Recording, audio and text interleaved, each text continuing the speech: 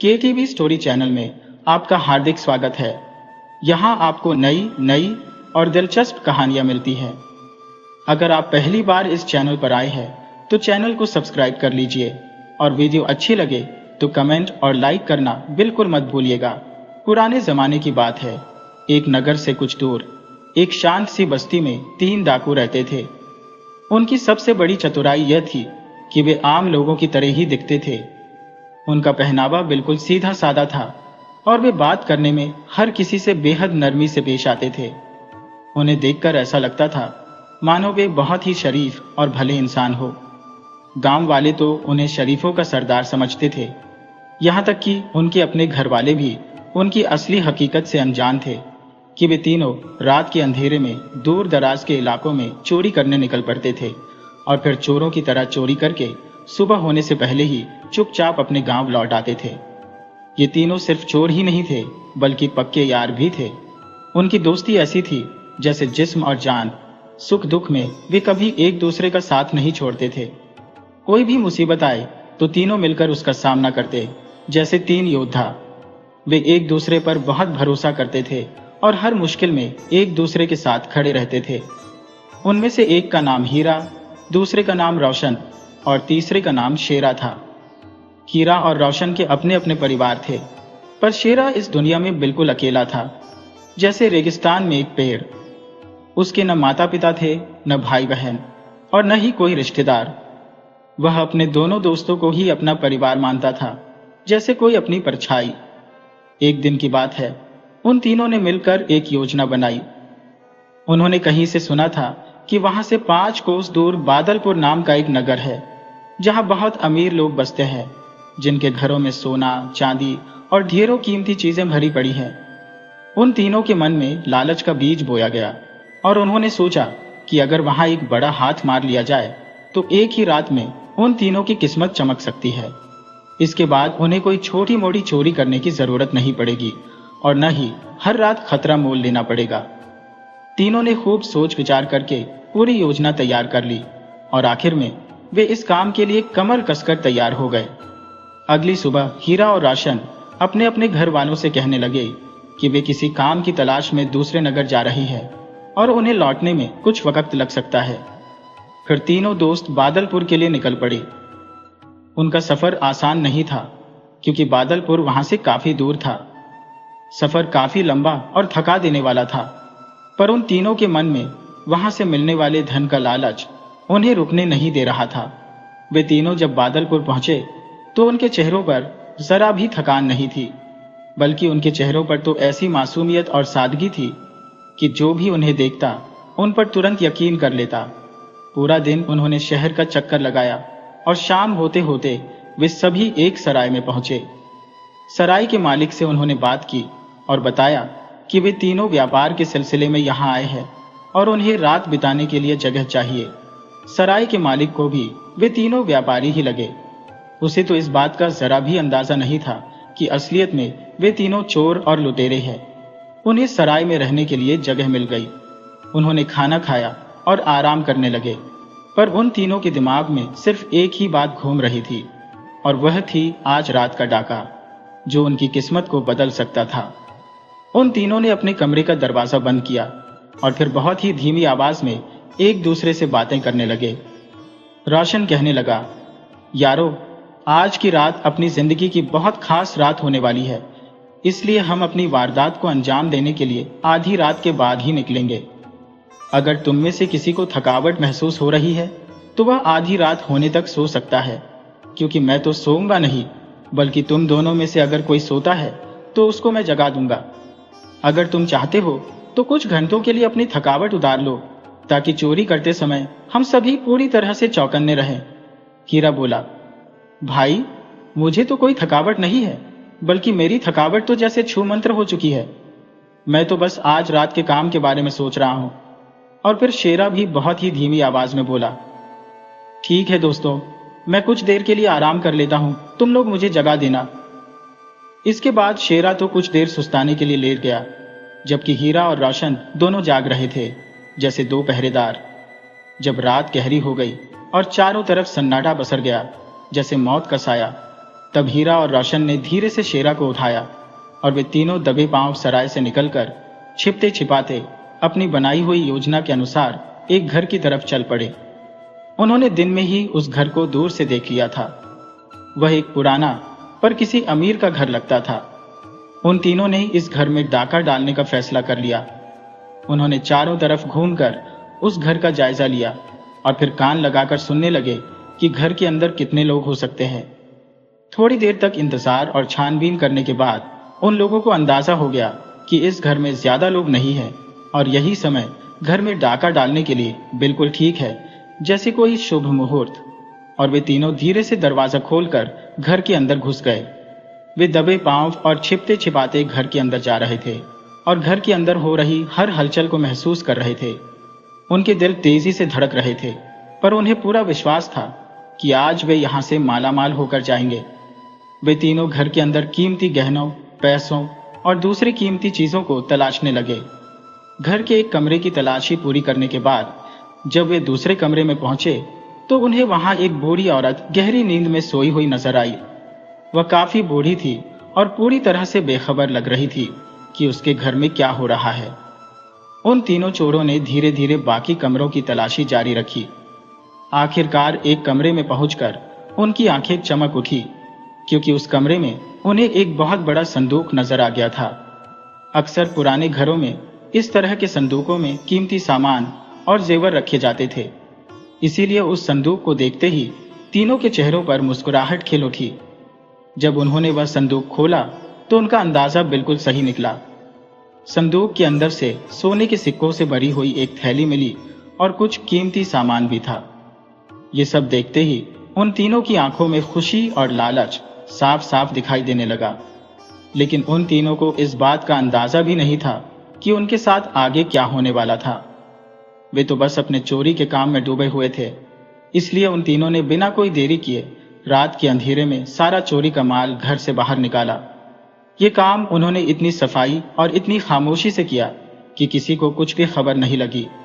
उन तीनों चोरों ने अपने साथ लाए हुए घोड़ों पर अपना सामान लादा और अंधेरे में ही वह नगर छोड़कर अपने गांव की तरफ चल पड़े। पर अब उन तीनों के सामने एक नई मुश्किल खड़ी हो गई थी।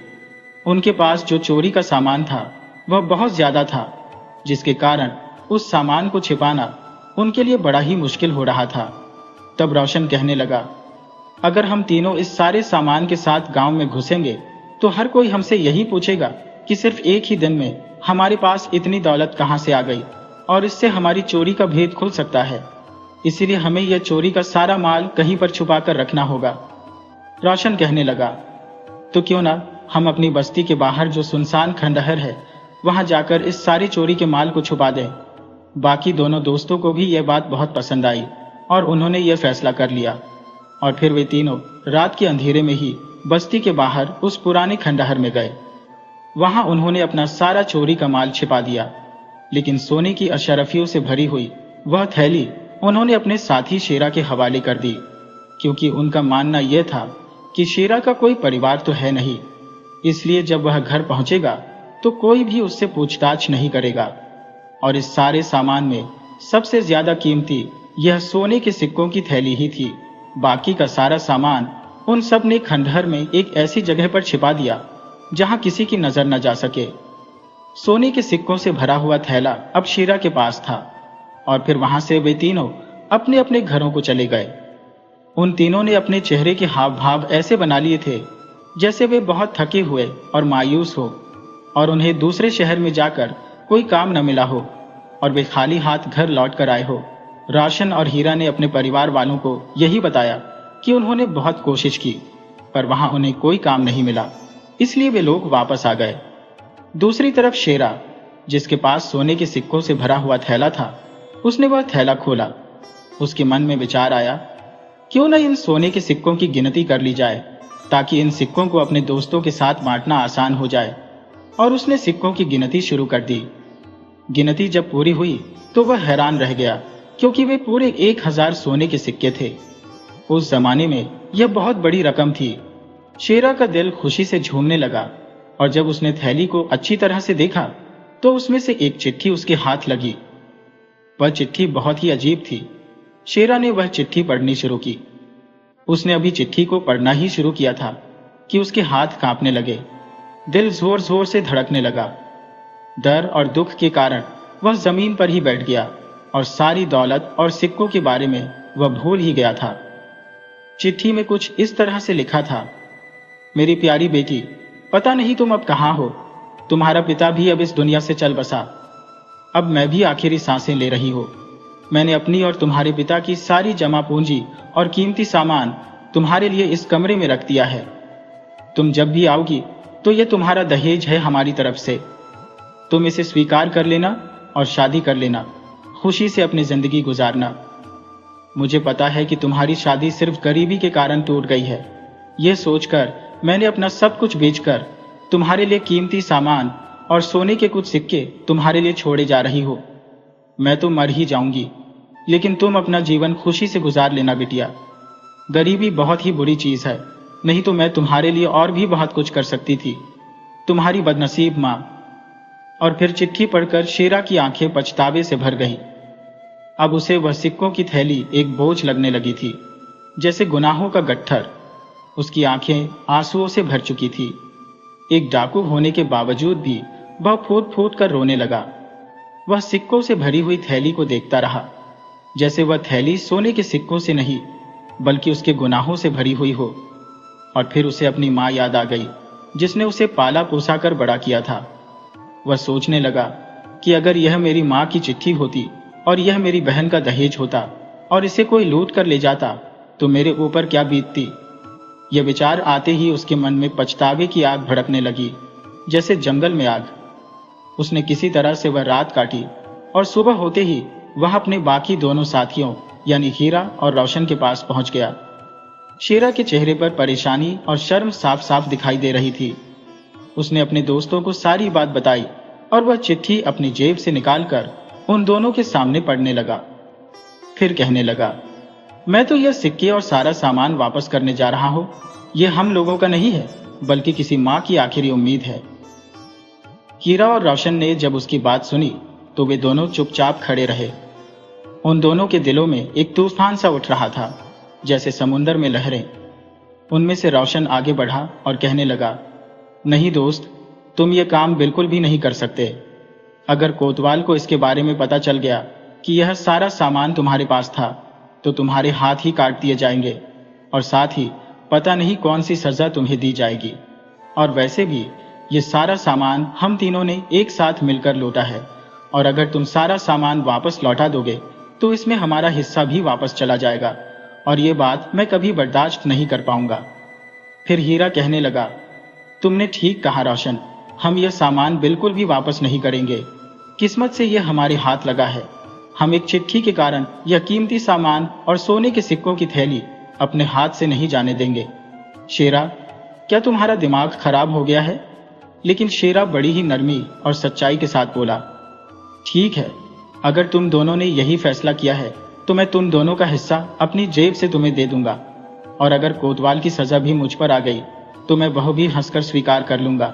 पर मैं एक माँ की आंसू और एक बदनसीब बेटी का दुख बर्दाश्त नहीं कर सकता। मैं एक गुनहगार चोर हूं, पर इतना मतलबी और इतना बेशर्म नहीं हो। अगर मैंने यह सामान वापस नहीं किया तो मेरा यकीन करो दोस्तों, मैं पागल हो जाऊंगा। हर रात इस चिट्ठी में लिखी हुई बातें मेरे दिल को छलनी करती हैं। और फिर शेरा ने अपने दोस्तों की मर्जी या नाराजगी की परवाह नहीं की और सारा सामान इकट्ठा किया, घोड़े पर लादा, सिक्कों से भरी हुई थैली ली और अकेला ही बादलपुर की तरफ चल पड़ा, जैसे कोई अकेला यात्री। वह सारा दिन सफर करता रहा। थका होने के बावजूद भी उसका दिल अब काफी हल्का महसूस कर रहा था, जैसे उसके दिल से कोई बड़ा बोझ उतरने वाला हो। आखिरकार वह शाम के समय उस नगर में पहुंच गया जहां से यह सब कुछ शुरू हुआ था। वह गलियों से गुजरा, उस पुराने घर की तरफ चलने लगा। काफी देर तक पूछताछ करने के बाद उसे वह घर मिल ही गया। उसे पक्का विश्वास था कि उस घर में अभी भी बूढ़ी औरत के अलावा और कोई नहीं होगा, इसलिए वह सीधा बेधड़क घर के अंदर चला गया। पर जैसे ही उसने घर के अंदर कदम रखा तो उसे कमरे में से किसी औरत के रोने की आवाज आई। उसके दिल में एक डर सा बैठ गया। आखिर यह सब क्या माजरा है? जब धीरे धीरे वह कमरे के अंदर गया तो उसने देखा कि वह बूढ़ी औरत अब इस दुनिया में नहीं रही थी। उसकी मौत हो चुकी थी। कमरे में जो औरत रो रही थी उसे देखकर शेरा सोचने लगा कि शायद यह वही लड़की है जिसके लिए वह चिट्ठी लिखी गई थी।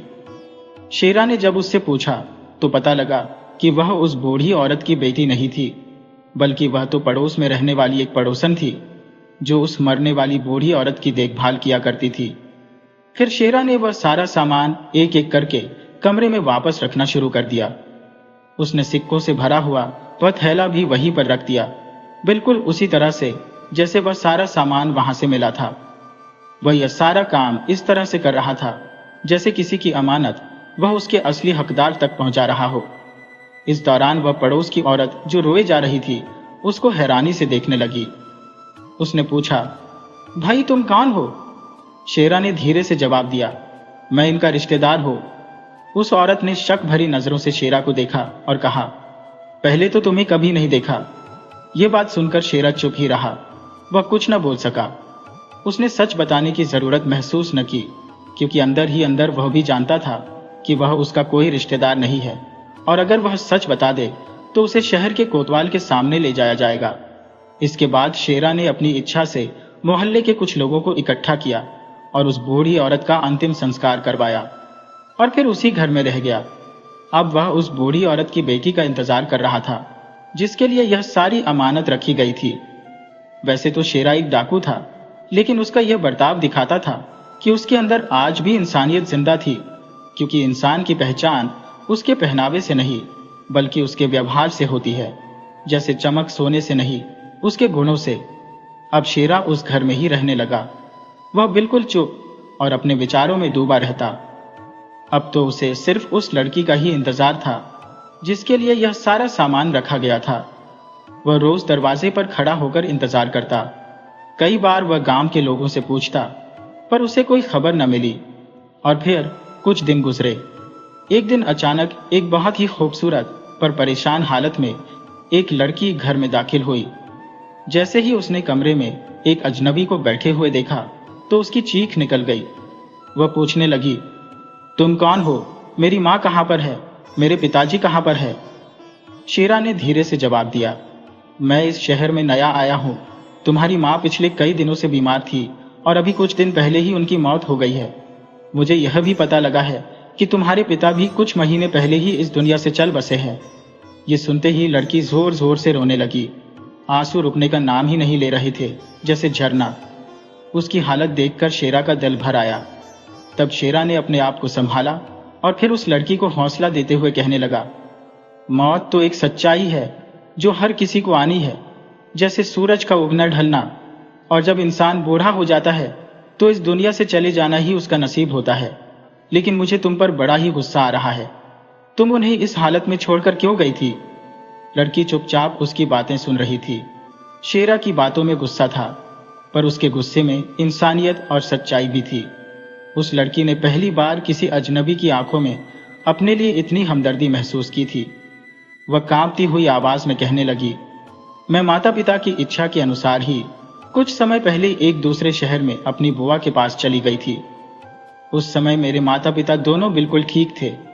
लगता है उनकी अचानक ही मौत हो गई और उनकी मौत की खबर मुझे नहीं मिली। पता नहीं क्यों, या फिर मुझे किसी ने बताया ही नहीं। शेरा चुपचाप यह सब कुछ सुन रहा था और फिर उसने एक गहरी सांस ली और अपने दिल का बोझ हल्का करने के लिए उसने सब कुछ सच सच उस लड़की को बता दिया कि मैं यह बात स्वीकार करता हूँ कि मैं एक डाकू हूँ और तुम्हारे घर में से सब कुछ कीमती सामान लूट कर मैं ले गया था। अगर तुम चाहो तो मुझे सजा दिलवा सकती हो, मुझे कोतवाल के पास ले जा सकती हो या फिर मुझे माफ कर सकती हो। फैसला तुम्हारे हाथों में है। लड़की की आंखों में से आंसू बह रहे थे, पर अब उन आंसुओं में दुख के साथ साथ शेरा के लिए हमदर्दी भी थी। अब उसके दिल में उस डाकू के लिए एक खास जगह बन गई थी। शेरा वहां से उठा और जब जाने लगा तो बोला, अब यह सोने के सिक्कों की थैली और यह सारा कीमती सामान और यह घर सब कुछ तुम्हारे हवाले है। अगर तुम्हें कभी जरूरत पड़े या कोई मुश्किल आए तो मेरा घर यहाँ से 4 कोस दूर जमाल बस्ती में है। वह लड़की फौरन बोली, नहीं, तुम मुझे छोड़कर नहीं जा सकते। तुमने जिस ईमानदारी और नेक दिली से मेरी माँ की अमानत मुझे वापस की है, ये कोई आम इंसान नहीं कर सकता। अगर तुम चाहो तो ये सिक्के रख लो और यहीं पर कोई व्यापार शुरू करो, पर मुझे छोड़कर मत जाओ। और फिर कुछ समय के बाद दोनों ने शादी कर ली। अब शेरा कोई डाकू नहीं था, बल्कि एक ईमानदार व्यापारी बन चुका था, जैसे कोई नया जन्म। कुछ समय के बाद उसकी पुरानी बस्ती के दोनों दोस्त हीरा और रोशन भी उससे मिलने के लिए आए। जब उन्होंने उसकी बदली हुई जिंदगी देखी, उसका सम्मान देखा, उसका सुकून देखा और उसके परिवार को देखा, तो उन दोनों के दिल भी पिघल गए जैसे बर्फ, और उन्होंने भी अपनी जिंदगी बदलने का फैसला किया। वे दोनों भी शेरा के साथ उसके कारोबार में शामिल हो गए और इस तरह से शेरा नाम का वह डाकू एक कामयाब और धनी व्यापारी बन चुका था। अपनी ईमानदारी की वजह से उसने वह सब कुछ हासिल कर लिया जो कभी कभी बहुत मेहनत करने पर भी नहीं मिलता।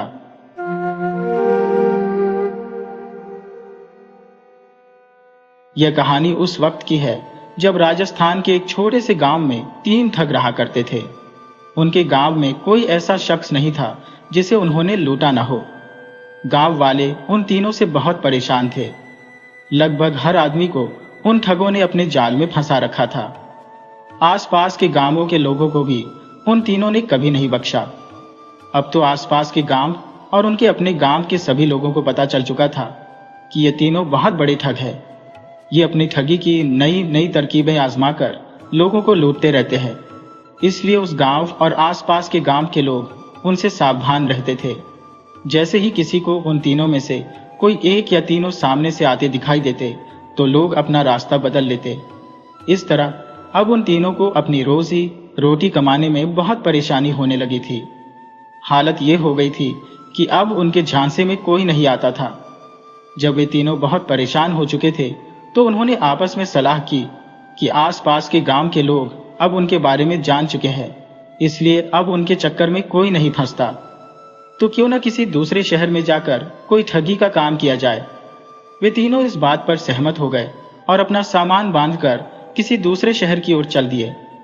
चलते चलते उन तीनों को बहुत जोर की भूख और प्यास लगने लगी, लेकिन उनके पास एक भी पैसा नहीं था। ऐसी हालत में वे क्या करते, क्या खाते और क्या पीते। दूसरे शहर के बाजार में पहुंचकर वे तीनों इधर उधर देखने लगे तो उन्हें सामने एक हलवाई की दुकान में तरह तरह की मिठाइयां सजी हुई दिखाई दी। जलेबी, लड्डू, बर्फी, रसगुल्ला, न जाने क्या क्या। अब तो मिठाइयों को देखकर उनके मुंह में पानी आ गया और उनकी भूख और भी बढ़ गई।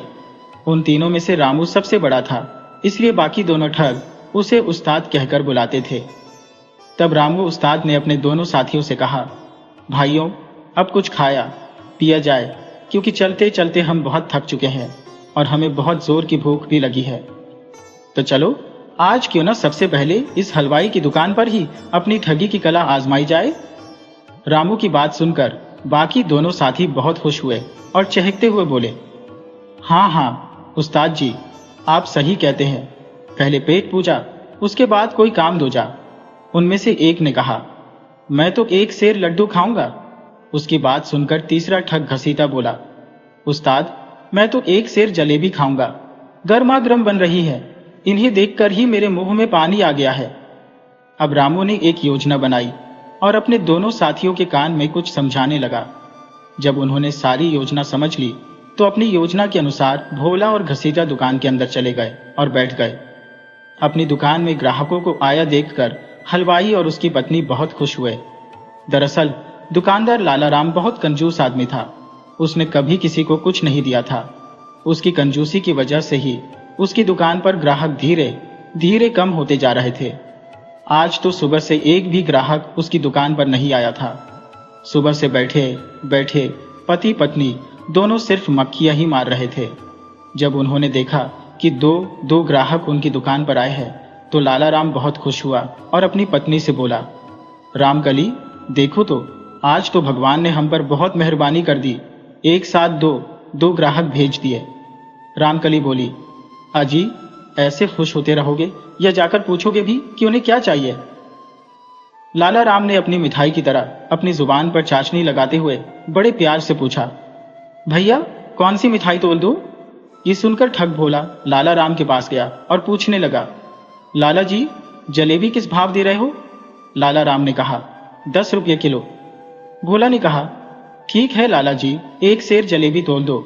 जलेबी गर्मा गर्म होनी चाहिए। अब क्योंकि वह सस्ता जमाना था तो मिठाइयों के दाम भी कम ही थे। लाला राम ने अपने नौकर को आवाज लगाई। नौकर गर्मा गर्म जलेबी लेकर आया और 1 सेर जलेबी तोलकर भोला को दे दी। भोला वहीं बैठकर जलेबियां खाने लगा। भोला को जलेबी खाता देखकर थोड़ी ही देर में घसीटा भी उठकर लाला के पास जा पहुंचा और बोला, लाला जी, देसी घी के लड्डू किस भाव दिए हैं? लाला ने कहा, 10 रुपये किलो। ठीक है लाला जी, 1 सेर देसी घी के लड्डू तोल दीजिए। लाला ने लड्डू तोलकर घसीटा को दिए। घसीटा भी वहीं बैठकर लड्डू खाने लगा। 2 ग्राहकों को मिठाइयां खाते देखकर लाला अपनी पत्नी से बोला, देखो रामकली, आज का दिन तो बहुत अच्छा शुरू हुआ है। कहाँ तो हमारे पास मिठाई लेने कोई नहीं आ रहा था और आज एक सेर मिठाइयां बिक गई है। रामकली बोली, अरे अब क्या अपनी दुकान को खुद ही नजर लगाओगे? थोड़ी देर बाद भोला ने जलेबी खत्म की, हाथ छाड़े, मूंछों को ताप दिया और दुकान से बाहर जाने लगा। तभी लाला राम ने उसे आवाज लगाई, अरे भैया, जलेबी के पैसे तो देते जाओ। भोला बोला, लाला, मैंने तो आते ही तुम्हें 10 रुपये पकड़ा दिए थे, जब आपने भाव बताया था उसी समय। लाला बोला, नहीं, तुमने मुझे एक भी पैसा नहीं दिया। जल्दी से मेरे पैसे मुझे दे दो। अब तो दोनों में बहस होने लगी। भोला कह रहा था कि उसने 10 रुपये लाला को दे दिए, जबकि लाला का कहना था कि मुझे एक भी पैसा नहीं मिला। इसी बीच घसीटा ने जोर से आवाज लगाकर लाला से कहा, लाला जी, दोनों के झगड़े में मेरे पैसों को भूल मत जाना। मैंने तो आते ही आपको 50 रुपये दे दिए थे। 10 रुपये के लड्डू हो गए। अब बाकी के 40 रुपये बकाया आप मुझे दे दीजिए, जो मैंने आपसे लेने हैं।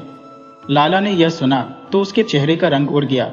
सोचने लगा, अब यह दूसरा भी मुझे ठगने आएगा। एक तो पहले ही इस आदमी ने मुझे पैसे नहीं दिए और अब दूसरा बोल रहा है कि उसने मुझे 50 रुपये दे दिए हैं। लाला ने अपने गले में झांक कर देखा कि उसमें एक भी पैसा नहीं था। उसने भोला से कहा, भाई, तुमने मुझे एक भी पैसा नहीं दिया। एक भी नया नोट मेरे गले में नहीं है। उसकी बात सुनकर घसीटा भड़क उठा और बोला, सेठ जी, तुमने इसके पैसे तो मार ही लिए, अब मेरे पैसे भी मारने की कोशिश कर रहे हो। मैं किसी भी कीमत पर अपने पैसे छोड़ने वाला नहीं हूं।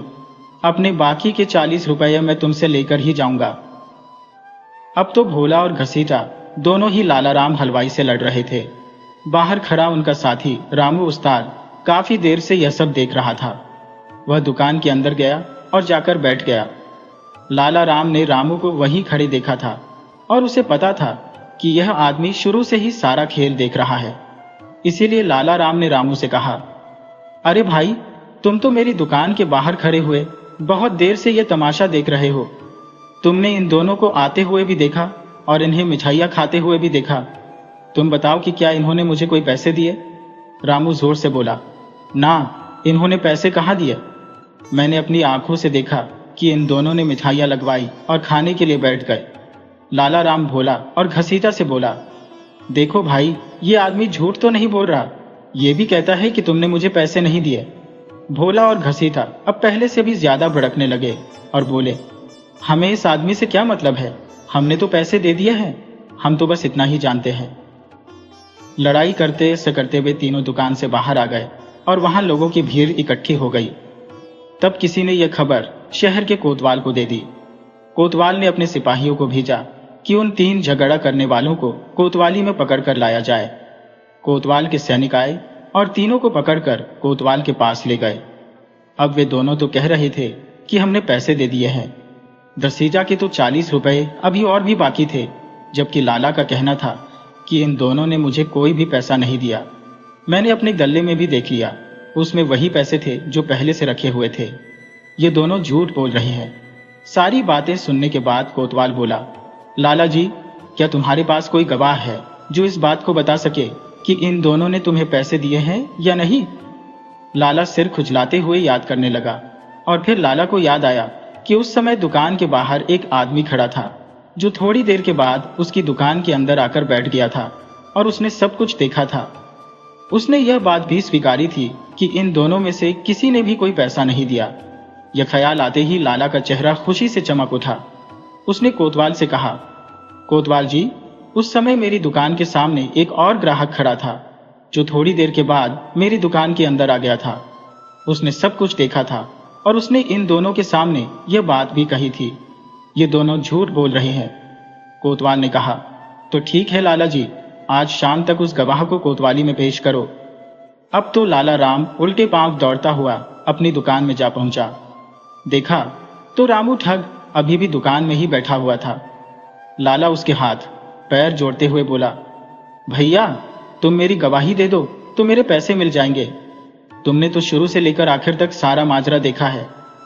रामू बोला, लाला जी, मैं तो सारा कुछ देख रहा था। उन दोनों घटिया आदमियों ने तुम्हें एक भी पैसा नहीं दिया था और भरपेट मिठाई भी खा ली थी। लाला बोला, तो चलो मेरे साथ कोतवाल के सामने। अब रामू ने एक चाल चली। वह कांपते हुए बोला, लाला जी, मैं चल तो देता, पर मुझे बड़ी जोर की ठंड लग रही है। लगता है मुझे बुखार चढ़ गया है। ये कहते कहते वह जोर जोर से कांपने लगा। लाला ने जब रामू को छूकर देखा तो सोचने लगा कि इसको बुखार तो है नहीं, पर हो सकता है कि बिना मौसम के बुखार चढ़ गया हो, जो शरीर के अंदर ही तप रहा हो। उसने अपनी पत्नी रामकली को आवाज लगाते हुए कहा, अरे रामकली, जरा मेरी पश्मीना की चादर तो ले आओ, जो मैंने कल ही कश्मीर से मंगवाई है। बड़ी अच्छी और गर्म चादर है। वह इस भाई को उड़ा दो, इसके शरीर में गर्मी आ जाएगी। और हाँ, इसके लिए गर्मागर्म चाय भी बना दो। चाय के अंदर पानी मत डालना, दूध में पत्ती लगा देना। रामकली यह सुनकर बड़ी हैरान हुई, क्योंकि वह अपने कंजूस पति की आदत को जानती थी। जब भी घर में कोई मेहमान आता तो पहले तो लाला राम बोल देता कि रामकली चाय बना दो, और जब रामकली चाय बनाने के लिए बैठ जाती तो पीछे से गर्दन हिलाकर नका इशारा कर देता। अब तो रामकली असमंजस में पड़ गई कि चाय बनाऊं या ना बनाऊं। तब उसके पति लाला राम ने एक बार फिर से आवाज लगाई, रामकली, देर न करो, जल्दी से चाय बना दो, हमें कोतवाली भी जाना है। अब तो रामकली ने चाय बनाई और चाय का प्याला भर के रामू के सामने रख दिया। रामू ने चाय का एक घूंट पिया और फिर बोला, लाला जी, मैं खाली चाय तो पीता नहीं, चाय के साथ मुझे कुछ और भी चाहिए। लाला राम हलवाई ने देसी घी के 4 लड्डू और 4-6 जलेबियां उठाकर रामू को पकड़ा दी और बोला, भैया, इनके साथ जल्दी जल्दी चाय पी लो और मेरे साथ कोतवाली चलो। रामू धीरे धीरे चाय की चुस्कियां लेता रहा और साथ ही लड्डू और जलेबी के मजे भी ले रहा था, जबकि लाला राम का दिल जल रहा था कि यह जल्दी से जलेबी खाए और मेरे साथ कोतवाली चले। थोड़ी देर के बाद रामू ने लड्डू और जलेबी खत्म कर दिए, मूंछों पर ताप दिया और बोला, लाला जी, अब मुझे ठीक लग रहा है। लगता है मेरा बुखार धीरे धीरे कम हो रहा है। चलो, मैं तुम्हारे साथ चलने को तैयार हो। लाला राम रामू को लेकर फिर कोतवाल के सामने पहुंच गया। लाला राम ने कहा, हुजूर, ये वही आदमी है जिसने यह सारा माजरा देखा था। कोतवाल ने रामू से पूछा, क्यों भाई, तुमने इनको मुफ्त में मिठाइयां खाते हुए देखा है? तो रामू एकदम से अपने तेवर बदलते हुए बोला, नहीं कोतवाल जी, मैंने तो इन दोनों को पैसे देते हुए देखा है। एक ने तो आते ही 10 का नोट दिया था और दूसरे ने 50 का नोट दिया था, और लाला जी ने कहा था कि बाकी के 40 रुपये बाद में ले लेना। यह सुनते ही लाला के चेहरे का रंग सफेद पड़ गया। उसने रामू से कहा, अरे भाई, तुम ये क्या बोल रहे हो? तुमने तो मेरी तरफ से गवाही देनी थी। रामू ने कहा, जब तुमने मुझे मारने पीटने की धमकी दी तो मैं और क्या कहता। और फिर वह कोतवाल से बोला, देखो हुजूर, इसने मुझे बहुत डराया, धमकाया, इसलिए मैं गवाही देने को तैयार हो गया था, पर आपके सामने मुझे किसी का कोई डर नहीं है। ये सुनते ही लाला राम के पैरों के नीचे से जैसे जमीन ही खिसकने लगी। वह समझ गया कि यह तीनों मिले हुए हैं और तीनों ठग है। उसने रामू से हाथ जोड़ते हुए कहा, भैया, क्यों झूठ बोलते हो? मैंने तुम्हें चाय, लड्डू और जलेबी भी खिलाई है, उनके वास्ते तो कम से कम तुम सच बोल दो। रामू तपाक से बोला, हुजूर, इसने अपने मुंह से कबूल कर लिया कि इसने मुझे जलेबी, लड्डू और चाय पिलाई है। हाँ, इसने मुझे चाय पिलाई, लड्डू खिलाए, क्योंकि इसने जब मुझे डराया, धमकाया तो मैं डर के मारे कांपने लगा था, और तब मुझे सहज करने के लिए इसने चाय और लड्डू और जलेबी मुझे खिलाई। यह सुनकर तो कोतवाल को बड़ा गुस्सा आया और वह लाला के ऊपर चिल्लाते हुए बोला, लाला, ये तुम क्या बोले जा रहे हो? इन भले आदमियों पर इल्जाम लगा रहे हो कि इन्होंने पैसे नहीं दिए, और दूसरा तुमने इस भले इंसान को डराया, धमकाया। इतना सुनकर रामू बोला, हुजूर, इस लाला का कोई भरोसा नहीं है। ये तो ये भी कह सकता है कि मैंने जो चादर ओढ़ रखी है वह इसी ने मुझे दी है। लाला चिल्लाकर बोला, हाँ हाँ हुजूर, ये चादर मेरी है और मैंने इसे तब दी थी जब इसे ठंड लग रही थी।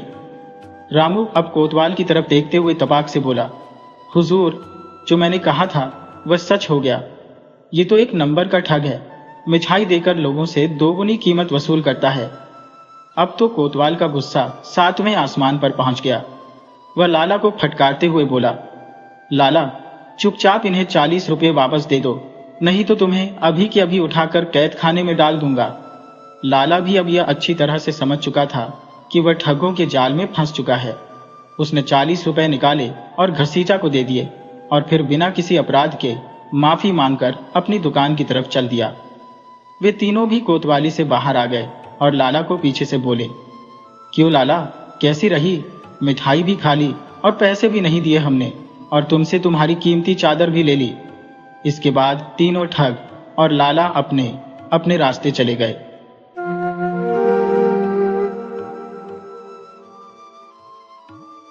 पुराने जमाने की बात है, जब चंदनपुर नाम के एक गांव में हरिया नाम का एक किसान रहता था। वह बहुत ही मेहनती, सीधा साधा और भगवान पर विश्वास रखने वाला आदमी था। उसके परिवार में उसकी पत्नी और एक बेटा था। चंदनपुर गांव एक बहुत ही हरा भरा और खुशहाल गांव था। गांव के ज्यादातर लोग खेती किसानी करके अपना जीवन चलाते थे। वैसे तो गांव की जमीन बहुत ही उपजाऊ थी और किसानों के खेत हमेशा फसलों से लहलहाते रहते थे, जैसे हरियाली का सागर हो। लेकिन इन फसलों पर किसानों से ज्यादा गांव के जमींदार आजाद सिंह का अधिकार था। वह किसानों की आधी से ज्यादा फसल लगान के रूप में वसूल कर लेता था। वैसे तो गांव का माहौल बहुत ही शांतिपूर्ण और अच्छा था, लेकिन सभी किसान जमींदार के सताए हुए थे, क्योंकि जमींदार के पिता की मृत्यु बहुत पहले हो चुकी थी और आजाद सिंह को जमींदारी विरासत में मिली थी। इसलिए जमींदार आजाद सिंह का विवाह बहुत ही जल्दी हो गया था। उसका विवाह पड़ोस के ही एक जमींदार की बेटी के साथ हुआ था। शादी के बाद तो जैसे जमींदार का गांव वालों पर दबदबा और भी ज्यादा बढ़ गया था, जैसे सूरज का ताप, क्योंकि जमींदार की पत्नी जमींदार से भी 2 कदम आगे थी। उसने ससुराल में आते ही जमींदारी की सारी बागडोर अपने हाथों में संभाल ली। अब तो गांव वालों पर जमींदार के अत्याचार और भी ज्यादा बढ़ गए थे। अब जमींदार की पत्नी ही जमींदारी का सारा हिसाब किताब देखने लगी। वह रोज रोज कोई न कोई नया कानून लगा देती। कभी लगान से संबंधित कानून लागू करती तो कभी हिस्से से संबंधित। अब गांव के लोगों की मुसीबतें और भी ज्यादा बढ़ गई थी। जमींदार की पत्नी ने गांव के लोगों का जीना दुश्वार कर दिया था। गांव वालों में जमींदार और उसकी पत्नी के सामने बोलने की हिम्मत नहीं थी। सारे गांव वाले परेशान थे कि पुरखों की जमीन छोड़कर जाए भी तो कहां जाए। गांव वाले अपनी रोजगार का सहारा छोड़कर कहीं जा भी नहीं सकते थे। लेकिन अचानक ही जमींदार के परिवार पर मुसीबतों का पहाड़ टूट पड़ा। जब भरी जवानी में जमींदार की मौत हो गई, उसकी पत्नी विधवा हो गई, तो जमींदार आजाद सिंह के शरीर की तो राख बन गई, मगर उसकी आत्मा ने इस गांव को नहीं छोड़ा। आजाद सिंह की आत्मा पीपल के पेड़ पर, खेतों, नदियों, तालाबों में भटकने लगी। गांव में सबको पता चल गया कि आजाद सिंह भूत बनकर जगह जगह दिखाई देता है। एक दिन हरिया अपने कंधे पर कस्सी और एक पोटली में खाने पीने के लिए रोटियां लेकर अपने खेतों में जुताई करने के लिए जा रहा था कि तभी उसे तीतर की आवाज सुनाई दी। हरिया ने सोचा कि यह तो बहुत ही बुरा शगुन है। हरिया थोड़ा आगे बढ़ा तो फिर उसने सामने देखा कि झाड़ियों में सफेद कपड़ों में एक आदमी खड़ा था। हरिया उसके पास गया मगर उसे पहचान नहीं पाया। फिर हरिया ने उससे राम राम की ओर पूछने लगा, तुम कौन हो भाई? सफेद कपड़ों वाला आदमी कहने लगा, हरिया, तुझे बड़ी जल्दी अकड़ आ गई। ये तो मैंने कभी सपने में भी नहीं सोचा था कि तू मुझे पहचानेगा नहीं। गांव के मालिक को तो इतनी जल्दी भूल जाएगा। अभी तो मुझे मरे हुए इतने दिन भी नहीं हुए। तभी हरिया ने उसे पहचाना और मन में सोचा, अरे, ये तो जमींदार आजाद सिंह का भूत है, मगर अब डरने से क्या होगा? तभी हिम्मत जुटाकर वह बोला, अन्नदाता, मुझे शक तो पहले से ही हो गया था कि ये आप हैं, मगर सोचा कि आप तो स्वर्ग में राज कर रहे होंगे। ये तो हम जैसे गंवार लोग होते हैं जो भूत बनकर पेड़ पड़ भटकते हैं। हरिया की ऐसी बात सुनकर भूत थोड़ा मुस्कुराया और कहने लगा, हरिया, जब तक मैं जिंदा रहा मैंने इस गांव पर खूब राज किया। अब राज करने की इच्छा बिल्कुल भी नहीं है। तुम मानो या न मानो, सच्ची बात तो यह है कि अपने गांव के किसानों की भलाई के लिए मैंने स्वर्ग का राज भी कबूल नहीं किया। जब तक जिंदा था तुम लोगों को मैंने बहुत दुख दिया, मगर भूत बनकर तुम्हारे खेतों की रखवाली करूंगा। तुम्हारा कुछ तो बोझ हल्का होगा। हरिया ने कहा, जमींदार साहब, हमारा जन्म तो मालिकों की सेवा करने के लिए ही हुआ है। हम तो आपके लिए ही दिन रात पसीना बहाते हैं, इसमें भला बोझ कैसा? जमींदार का भूत फिर मीठी आवाज में बोला, नहीं हरिया, वह तो मेरी पत्नी थी जिसका कहना मुझे मानना पड़ता था। अब तो मरकर मेरी अकल ठिकाने आ गई है। मैंने धन के लिए तुम लोगों पर कितना अत्याचार किया, परंतु अब पता चला कि मरने के बाद तो एक मुट्ठी दाने भी साथ में नहीं जाते। अब देखो, पंडितों के रोजाना पूजा पाठ की वजह से मैं अपनी हवेली को देखने के लिए भी तरस गया हूं। अब मेरा अपनी पत्नी और मेरे बेटों से कैसा नाता, सब मतलब का रोना धोना है। मैं हवेली में जाने के लिए तड़पता हूं, मगर वह मुझे पांव ही नहीं रखने देते। अब मुझे बड़ा ही पछतावा होता है कि क्यों मैंने इनके लिए तुम लोगों को इतना कष्ट दिया। अब मैं तुम लोगों के कुछ काम आना चाहता हूं, शायद मुझे कुछ शांति मिल जाए। जमींदार के मुंह से यह सब सुनकर हरिया का दिल भर आया, क्योंकि कभी भी उसने अपने मालिक के मुंह से इतने मीठे वचन नहीं सुने थे। और फिर हरिया हाथ जोड़कर कहने लगा, मालिक, आपने अपने मुंह से यह बात कह दी, मेरे लिए यही बहुत है। मैं इसी में खुश हूं। जमींदार का भूत बीच में ही बोल पड़ा, नहीं नहीं हरिया, सिर्फ कोरी बातें करने से क्या होगा। मैं सचमुच तुम्हारा एहसान चुकाना चाहता हूं। अब तुम ये बताओ हरिया कि तुम्हारे खेतों में हर साल कितना बाजरा होता है? हरिया बोला, अगर बरसात अच्छी हुई तो 1000 मन से कम नहीं होता। भूत कहने लगा, मगर तेरे पास तो मुश्किल से 100 मन ही बचता था। आज तो मेरा जी कलपता है कि मैंने तुम लोगों के साथ कैसे कैसे अत्याचार किए थे। अब मेरी बात मानो तो तुम्हें इस खेत में एक बार भी हल चलाने की आवश्यकता नहीं है। बस तुम उल्टे पांव घर लौट जाओ। कार्तिक मास में 2000 मन बाजरा पैदा करने की जिम्मेदारी मेरी है। अब तुम हवेली में एक दाना भी हिस्सा नहीं दोगे, क्योंकि उनके लक्षण ही ऐसे हैं। हरिया सिर खुजाते हुए कहने लगा, नहीं अन्नदाता, ऐसी कमाई से तो राम बचाए। हम अभागे आप जैसे बड़े लोगों की बराबरी कैसे कर सकते हैं? आपके मुंह से ऐसी अमृतवाणी सुनकर तो मुझे 2000 मन की जगह लाखों मन बाजरा समझो मिल ही गया। अन्नदाता, हम गंवार पीढ़ियों से हाथ से अन्न पैदा करके ही खाने की आदी हैं। बिना मेहनत का अनाज हमें नहीं पचेगा। निठल्ला बैठना हमारे लिए मौत से भी ज्यादा दुखदाई है। अब यह बात जमींदार के भूत को चुभ गई, मगर फिर भी गुस्से को दबाकर वह कहने लगा, अच्छा तो हरिया, तुम्हारा मतलब यह है कि हम जमींदारों को ही दूसरों का माल बचता है, हम हराम की खाते हैं। हरिया कोहनियों तक हाथ को जोड़ते हुए कहने लगा, नहीं अन्नदाता, कभी मेरे मुंह से ऐसी बात निकले तो मेरी जबान में कीड़े पड़ जाए। आप तो बड़े आदमी हैं, और बड़े आदमियों का तो काम ही आराम फरमाना है। आपके तो पिछले जन्म के पुण्य ही ऐसे हैं। जमींदार का भूत थोड़ा उसके पास आया और बोला, हरिया, अब मैं झूठी दया नहीं दिखा सकता। अब मैं तुझे करके दिखाऊंगा। हरिया, अब तुझे अपने खेतों में पांव रखने की बिल्कुल भी आवश्यकता नहीं है। जब तुझे घर बैठे 2000 मन बाजरा हाथ लगेगा, तब तुझे मेरी दयालुता का पता चलेगा। तुम किसान लोग भी एक बार आराम का दुख उठाओ तो सही। हम तो ये दुख पीढ़ियों से उठाते आ रहे हैं। अब तो हरिया बड़ी दुविधा में पड़ गया था। न तो वह मुफ्त में बाजरा लेना चाहता था और न ही भूत के साथ कोई झगड़ा करना चाहता था। हरिया को मन ही मन में यह डर था कि भूत भी जमींदार का है। अगर बिगड़ गया तो घर को मिट्टी में मिला देगा। और फिर सोच विचार करके वह बोलने लगा, अन्नदाता, अगर अनुमति हो तो खेतों में जुताई कर दूं। आप कहां इन झाड़ियों में फंसते फिरेंगे? भूत कहने लगा, तुम्हें पसीना बहाए बिना तसल्ली नहीं मिलेगी। जा, तेरे घर 2000 मन बाजरा पहुंच जाएगा। अब जा और चैन की बंसी बजा। अब इन खेतों की तरफ देखने की आवश्यकता नहीं है। भूत नहीं माना तो हरिया खेतों में एक बार भी कस्सी चलाए बिना ही घर को चला गया। भूतों के कई किस्से हरिया ने सुन रखे थे। उनके लिए कुछ भी करना मुश्किल नहीं होता, मगर फिर भी हरिया को कोई खास खुशी नहीं थी। बिना मेहनत के पैदावार वह कैसे स्वीकार कर सकता था। फिर उसने अपनी घरवाली को सारी बात बताई। जब उसकी पत्नी ने पूरी बात सुनी तो उसे एड़ी से लेकर छोटी तक आग लग गई, जैसे नागिन की पूंछ पर किसी ने पांव रख दिया हो। वह तनाते हुए कहने लगी, हमें नहीं चाहिए ऐसा हराम का एक भी दाना। इससे तो अच्छा यह है कि हम भूखे मर जाए। जीते जी जमींदार ने हमें इतने दुख दिए हैं, तुम्हें क्या लगता है कि वह मरकर हम पर ऐसी मेहरबानी करेगा? तुम्हें उस जालिम पर भरोसा हो तो हो, मगर मुझे तो बिल्कुल भी नहीं है।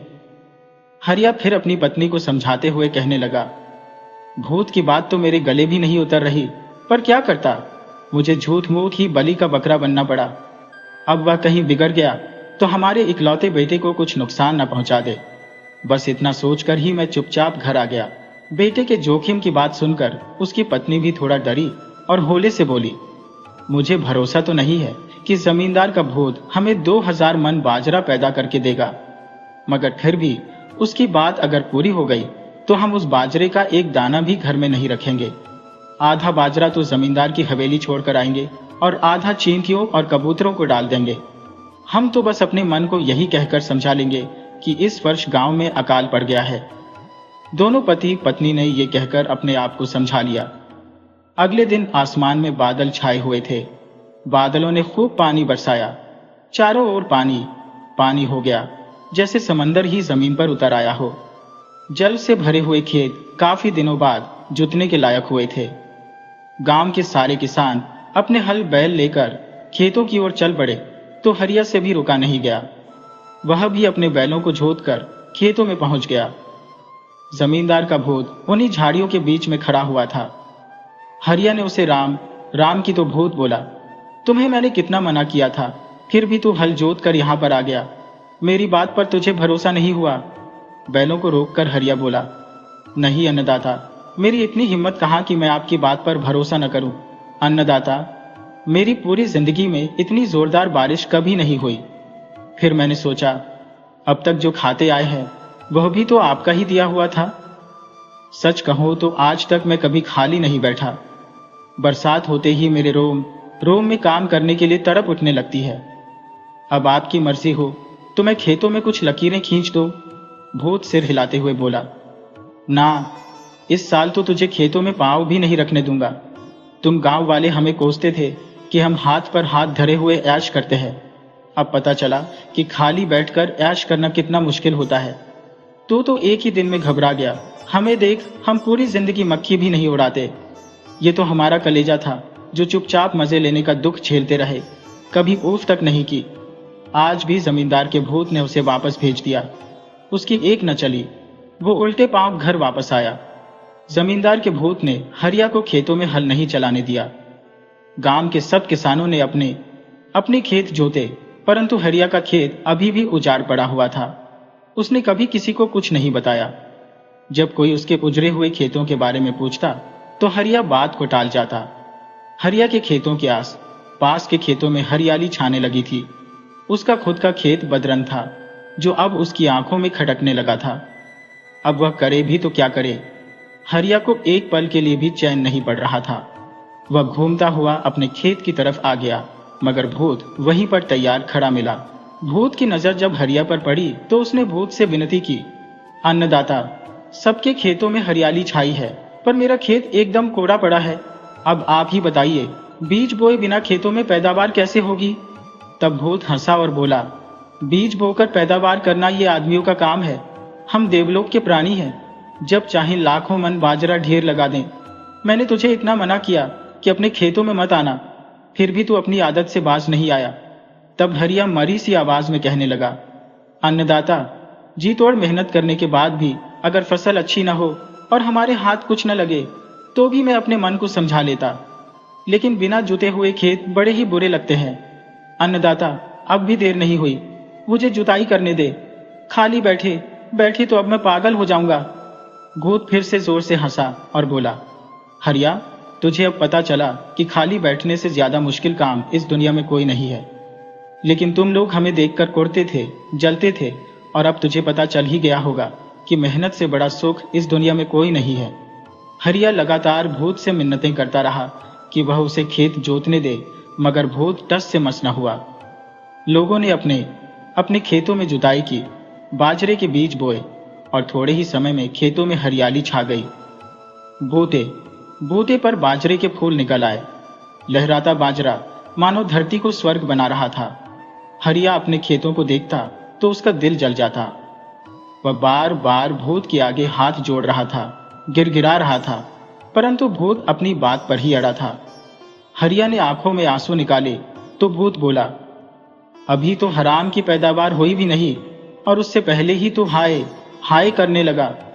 अरे ये काम इतना हंसी का खेल नहीं है। वह तो हम जमींदारों की मजबूत छाती थी जो पीढ़ियों तक दूसरों की मेहनत को डकार रहे थे और चू तक नहीं की। और फिर हरिया अपने कान पकड़कर बोला, अन्नदाता, 1000 बार कान पकड़ता हूं, खाली बैठने से तो जिंदा जल जाना ही अच्छा है। भूत भी कहां चुप रहने वाला था। कहने लगा, तुमने हमें कई पीढ़ियों तक खाली बैठकर सताया है, एक बार तू भी तो ये दुख उठाकर देख। तुझे तो अभी से छठी का दूध याद आ गया। मना करता हूं, फिर भी रोज अपने खेतों को देखने के लिए चला आता है। खेतों को देखे बिना तुझे चैन नहीं पड़ता। अब तो हरिया पूरी तरह से बेबस हो चुका था। वह खेतों में आता तो जमींदार के भूत पर उसका बस नहीं चलता, और घर पर रहता तो उसे चैन नहीं पड़ता कि उसके खेत खाली पड़े हैं। गांव के लोग हरिया की हंसी उड़ाने लगे, लेकिन हरिया को अपने खेतों का चक्कर लगाए बिना चैन नहीं पड़ता था। हर बार भूत उसे वहीं पर मिलता। एक दिन हरिया भूत के पैरों में गिर गया और अपनी पगड़ी रखते हुए कहने लगा, अन्नदाता, अब की बार अगर खेती करता तो 1000 मन बाजरा से भी ज्यादा होता। पिछले 50 सालों में ऐसी फसल नहीं हुई। लोगों के खेतों में इतनी अच्छी फसल हुई है कि क्या कहना। लोगों के घरों में तो अन्न के भंडार लग गए हैं। मेरे इस खेत को देखकर मुझे विश्वास नहीं होता कि इस सूखे खेत में बाजरा कैसे पैदा होगा। अब भी आप चाहे तो अपनी लीला दिखा सकते हैं और खेतों में बाजरा लहलहाने की कृपा कर सकते हैं। आगे का काम मैं खुद ही कर लूंगा। मुझे भी तो कुछ काम करने दें। मेरी तो रातों की नींद उड़ गई है। आपसे विनती है कि आप सिक्कियों का ढेर यहीं पर लगा दें। आगे का काम तो मैं अपने हाथों से ही कर लूंगा। बिना काम किए तो मेरी हड्डियां दुखती है। भूत बोला, हरिया, गद्दों पर सोते सोते हमारी हड्डियों का क्या हाल हुआ होगा। हमने तो कभी इतना रोना धोना नहीं किया। तुम्हें इतने ही आराम से नानी याद आ गई। हरिया बोला, अन्नदाता, मैं जब तक जीऊंगा आपका गुणगान करता रहूंगा, धूप बत्ती करूंगा, पर मुझे कुछ न कुछ काम तो करने दे। भूत गुस्से से बोला, एक बार इस मुंह से न कह दिया तो अब इसी मुंह से हाँ कैसे करूं। बेचारा हरिया क्या करता, चुपचाप अपने घर आ गया। 3 दिन तक वो घर में मुंह लटकाए हुए बैठा रहा। चौथे दिन फिर अपने खेतों में पहुंचा और भूत से बोला, अन्नदाता, आपने मेरी बात नहीं मानी तो मैं आत्महत्या कर लूंगा। लोगों के यहाँ पर कितनी अच्छी बाजरे की पैदावार हुई है। आप यहाँ खेतों में बाजरे का ढेर लगा दें तो कम से कम मैं गाड़ी में ही भरकर उसे घर ले जाऊं। इतना काम तो मैं कर ही सकता हूं। और फिर भूत हंसकर बोला, मैंने दुनिया में पागल तो बहुत देखे हैं, पर तेरे जैसा पागल कोई नहीं देखा। तुझे मुझ पर भरोसा हो गया कि मैं तुझे बाजरा दे दूंगा। पगले, जब तक मैं जिंदा रहा तुम लोगों को दुख ही दिया। अब अगर मैंने मरकर तुझे सुख दे दिया तो मैं नर्क में नहीं चला जाऊंगा। अगर मैं तुझे बाजरा देने की बात नहीं करता तो क्या तू खेती के बिना रह सकता था। ये सब तो मेरी चाल थी। अब तू सपने में ही बाजरा देख। ये सुनकर हरिया बहुत ही खुश हुआ और कहने लगा, मजा आ गया अन्नदाता, बहुत ही मजा आ गया। आपने इतने बड़े दुख का पहाड़ मेरे सिर से उतार दिया। बाजरा हाथ नहीं लगा इसकी मुझे रत्ती भर भी चिंता नहीं है, लेकिन अगर बाजरा हाथ लग जाता तो मुझे चिंता जरूर होती, क्योंकि हराम का खाना तो मैंने कभी सीखा ही नहीं। धरती और मेरे पसीने का खूब मेल है। जिंदा रहा तो ढेर सारा बाजरा अगले साल उगा लूंगा। अब तो मैं घर जाकर आराम से 5 सेर गुड़ बांटूंगा। इतना कहकर हरिया ने भूत को राम राम की ओर फूल की तरह हल्का होकर वो घर पहुंच गया। कई रातों के बाद हरिया और उसकी पत्नी को आज चैन की नींद आई थी। जमींदार का भूत हरिया की खुशी देखकर मन महसूस कर रह गया था। इसके बाद जमींदार के परिवार वालों ने जमींदार का पिंड दान कर दिया, और उस दिन के बाद से कभी जमींदार का भूत उस गांव में नहीं नजर आया।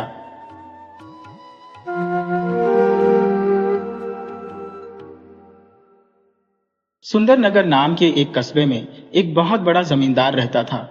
उसके बेटे का नाम था चंदन। उसे पढ़ना लिखना बिल्कुल नहीं आता था। बेचारा जमींदार उसे पढ़ाकर थक गया, पर वह अपने बेटे को कुछ भी नहीं सिखा पाया। एक दिन उसने अपने बेटे से कहा, बेटा, मैं तुझे कुछ भी लिखना पढ़ना नहीं सिखा सका। अब मैंने तेरे लिए एक विद्वान गुरु का प्रबंध किया है। वह शहर में रहता है। तुझे उसी के पास रहकर लिखना पढ़ना सीखना होगा, वही तुझे कुछ सिखा सकेगा। पिता ने अपने बेटे को उसके गुरु के पास दूसरे शहर में भेज दिया। वह लड़का चंदन पूरे 1 साल तक अपने गुरु के पास रहा, और 1 साल के बाद जब वो अपने घर वापस आया तो उसके पिता ने पूछा, बेटा, अब बताओ कि 1 साल में तुमने अपने गुरु से क्या सीखा? लड़के ने कहा, पिताजी, मैं अब कुत्तों की भाषा पूरी तरह से समझ सकता हूं। यह सुनकर पिता ने अपना माथा पीट लिया और बोला, हे भगवान, 1 साल तक एक विद्वान गुरु के साथ रहने पर तूने सिर्फ कुत्तों की भाषा ही समझना सीखा है। क्या तू इतना ही पढ़ पाया और कुछ भी सीखा है या नहीं? मैंने तुझे शहर में कुत्तों की भाषा सीखने के लिए नहीं भेजा था। उस जमींदार ने अपने बेटे को फिर से एक नए गुरु के पास पढ़ने के लिए भेज दिया। जब 1 साल के बाद उसका बेटा खुशी खुशी अपने घर आया तो पिता ने अपने बेटे से पूछा, बेटा, इस बार 1 साल में तुमने क्या सीखा? बेटा बोला, पिताजी, इस बार मैंने पक्षियों की भाषा सीखी है। इतना सुनते ही जमींदार का क्रोध 7वें आसमान पर चढ़ गया। वह गुस्से से बोला, अरे महामूर्ख, तूने मेरा मूल्यवान समय और ढेर सारा पैसा सिर्फ जानवरों और पक्षियों की भाषा सीखने में ही लगा दिया। तुझे शर्म नहीं आती? दूर हो जा मेरी आंखों के सामने से। मैं तेरी मनहूस शक्ल देखना भी नहीं चाहता। इस बार मैं तुझे किसी और गुरु के पास भेजूंगा। अगर इस बार भी तू कुछ पढ़ना लिखना सीख कर नहीं आया तो तू मुझे अपना पिता मत समझना। ऐसे मूर्ख लड़के से मेरा कोई रिश्ता नहीं रहेगा। जमींदार ने इस बार अपने मूर्ख बेटे चंदन को तीसरे गुरु के पास भेजा। 1 साल के बाद जब चंदन वापस आया और अपने पिता के घर पहुंचा तो पिता ने उससे पूछा, बेटा, इस बार तुमने क्या सीखा? लड़का बोला, पिताजी, इस बार मैंने मेंढकों की भाषा सीखी है। इतना सुनते ही जमींदार गुस्से से लाल पीला हो गया और लड़के को 2-4 थप्पड़ जड़ दिए। अपने नौकरों को बुलाकर बोला, तुम सब कान खोलकर सुन लो। आज के बाद ये मेरा बेटा नहीं है और ना ही मैं इसका पिता हूं। तुम इसे घर से बाहर निकालकर जंगल में छोड़ आओ। मैं इस मूर्ख की सूरत भी नहीं देखना चाहता। जमींदार के सेवक उसे उठाकर एक घने जंगल में छोड़ आए। बेटा चंदन दिन भर जंगल में भूखा प्यासा इधर उधर भटकता रहा। घूमते घूमते उसे जंगल के अंतिम छोर पर एक बड़ा सा किला दिखाई दिया। लड़के ने सोचा, क्यों ना मैं इस किले में रहकर ही अपनी रात गुजार लूं। उसने किले के चौकीदार से किले में रात गुजारने की अनुमति मांगी। चौकीदार ने उसे किले के मालिक के पास भेज दिया, लेकिन उस लड़के को देखकर वह कहने लगा, मैं तुम्हें इस किले में रात गुजारने की अनुमति दे तो दूं, लेकिन किले के पिछले हिस्से में कुछ जंगली कुत्ते हैं जो आदमियों को चीर फाड़ डालते हैं। अभी थोड़ी देर पहले ही उन्होंने एक आदमी को मार डाला। आसपास के सारे गांव के लोग इन कुत्तों से बहुत परेशान हैं। इस किले के पिछले हिस्से में कमरे खाली हैं। क्या तुम यह जानकर भी उन कमरों में रात गुजारना चाहोगे?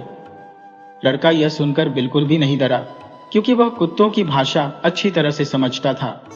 वो किले के मालिक से बोला, ठीक है, आप मुझे उन भयानक कुत्तों के साथ रात बिताने की आज्ञा दे दीजिए, पर पहले मुझे उन कुत्तों को खिलाने के लिए कुछ दे दीजिए ताकि वह मुझ पर झपट ना पड़े। किले के मालिक को चंदन की बात पर बिल्कुल भी विश्वास नहीं था, क्योंकि वह कुत्ते तो बड़े बड़े पहलवानों के वश में भी नहीं आए थे। फिर भी उसने कुत्तों के लिए कुछ खाने को दे दिया। वह सचमुच खंखार कुत्तों से छुटकारा पाना चाहता था। वह खुद चंदन को किले के पिछले भाग में ले गया और वहां पर छोड़ आया। जब चंदन किले के पिछले हिस्से में पहुंचा तो उसने देखा कि वहां पर बहुत से खंखार कुत्ते थे। तभी कुत्ते उसके सामने प्यार से पूंछ हिलाने लगे। चंदन ने जब खाने का सामान उन कुत्तों के सामने रखा तो वह सभी उस पर टूट पड़े। बाद में चंदन ने कुत्तों के साथ कमरे में रात गुजारी। अगले दिन सुबह जब चंदन उठकर किले के मालिक के सामने बिल्कुल ठीक ठाक पहुंचा तो किले का मालिक हैरान रह गया। उसकी हैरानी दूर करने के लिए चंदन बोला, उन कुत्तों ने मुझे अपनी भाषा में बतलाया है कि वह क्यों इतना अधिक भौंकते हैं और वह क्यों इस जगह के लोगों को हानि पहुंचाते हैं। दरअसल उन्हें श्राप मिला हुआ है। उन्हें एक बहुत बड़े खजाने की देखभाल करनी पड़ती है और यह खजाना किले के पिछले हिस्से में दबा हुआ है। उन सबको तब तक शांति नहीं मिलेगी जब तक वह खजाना वहां से उठा नहीं लिया जाएगा।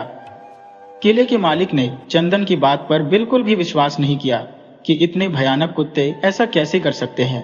वह बोला, ठीक है, मैं तुम्हारी बात पर विश्वास तभी करूंगा जब तुम वह खजाना खुद यहां पर लेकर आओगे।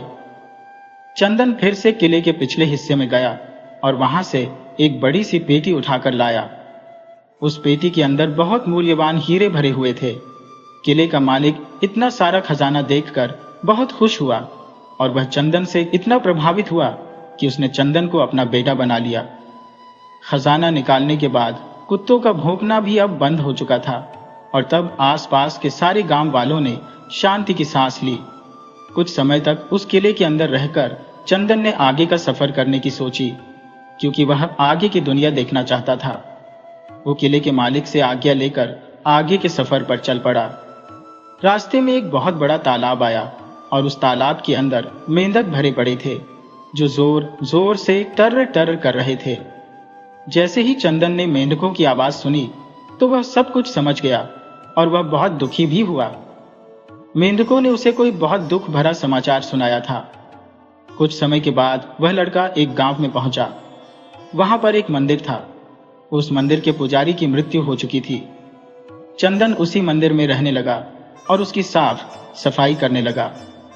गांव वालों को चंदन पर दया आ गई और उन्होंने उसके खाने पीने का प्रबंध कर दिया। इस गांव में पिछले कई समय से बारिश नहीं हुई थी। गांव में लोग बहुत कम रहते थे क्योंकि अधिकतर लोग गांव छोड़कर जा चुके थे। जो लोग बचे थे वह भी खेती नहीं करते थे क्योंकि पिछले बहुत समय से बारिश नहीं हुई थी।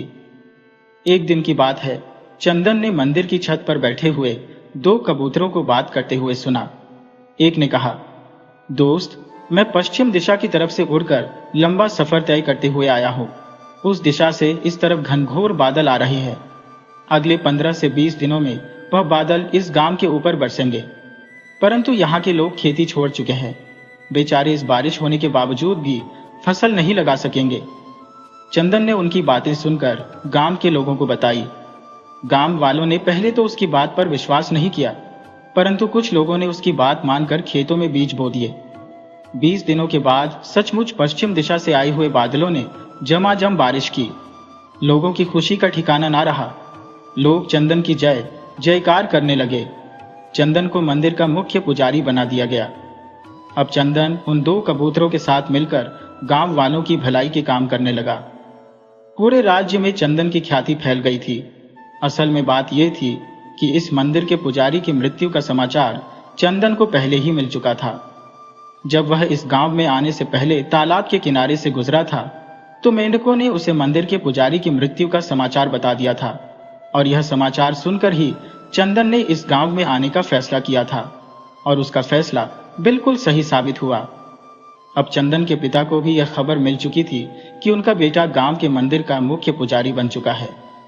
अब तो उन्हें अपने बेटे पर गर्व महसूस हो रहा था। जिस बेटे को वह मूर्ख समझते थे वह कितना विद्वान और योग्य निकला और अब उन्हें अपने बेटे पर गर्व था। तो दोस्तों, आज की यह कहानी हमें यह सिखाती है कि सिर्फ किताबी ज्ञान होने से कुछ नहीं होता।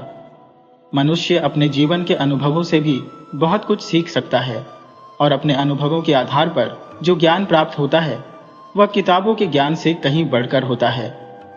तो दोस्तों, इसी तरह की कहानियां देखने के लिए आप KTV स्टोरी को सब्सक्राइब कर लीजिए। वीडियो अच्छी लगी तो उसे लाइक कीजिए। तो मिलते हैं आपसे किसी अगली कहानी में।